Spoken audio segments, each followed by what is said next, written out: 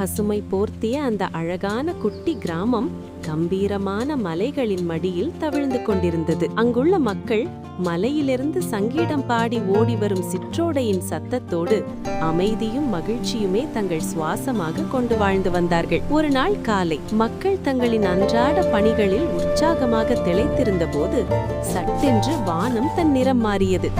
கருமேகங்கள் கூட்டமாக திரண்டு வந்து சூரியனை மறைக்க சில நொடிகளிலேயே வானம் கிழிந்தது போல பேரிடி முழக்கத்துடன் பெருமழை கொட்டியது. மழையின் வேகத்திற்கு அஞ்சி மக்கள் தங்கள் வீடுகளுக்குள் தஞ்சம் புகுந்து அந்த இயற்கையின் சீற்றம் எப்போது அடங்கும் என்று காத்திருந்தனர். ஆச்சரியத்தில் உறைந்து போய் மக்கள் வெளியே வந்து பார்த்தபோதுதான் அந்த அதிசயம் நிகழ்ந்தது. வானத்திலிருந்து வைரத்துளிகளாக மழைக்கு நடுவே தங்கம் போல ஜொலிக்கும் குட்டி குட்டி மீன்கள் மழையாக பொழிந்து கொண்டிருந்தன.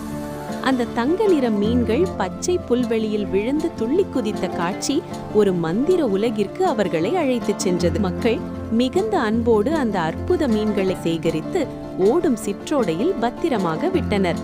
நீரில் விழுந்த அந்த தங்க மீன்கள் மகிழ்ச்சியில் துள்ளி நீந்த அன்று முதல் அந்த கிராமம் மனிதர்களுக்கும் இயற்கைக்குமான பிணைப்பில் அன்பும் பேரானந்தமும் பொங்கும் ஒரு சொர்க்க பூமியாக மாறியது.